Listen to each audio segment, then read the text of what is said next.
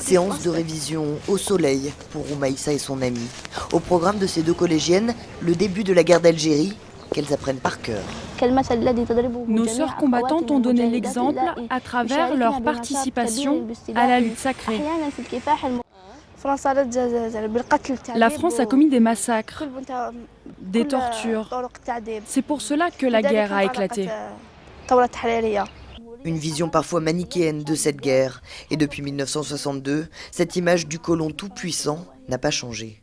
On parle de la qualification des Algériens à l'époque d'indigènes. Quand on voit tout ça, l'enfant, il prend parti quand même. Il se dit, tiens, après tout, on a été exploités, on était des esclaves, etc.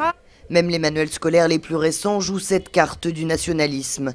Des pans de l'histoire sont occultés, notamment les luttes fratricides entre révolutionnaires. On enseigne la guerre d'Algérie aux écoliers comme si c'est un film western. Je pense qu'il nous appartient d'assumer. Dans la Révolution, il y avait une hétérogénéité, il y avait des contradictions, il y avait plusieurs courants politiques à l'intérieur. Ces dernières années, des livres, des articles notamment sur Internet ont paru pour donner une autre vision de ces événements. En grandissant, les jeunes font donc de plus en plus la part des choses entre ce qu'on leur enseigne et la véritable histoire de la guerre d'Algérie.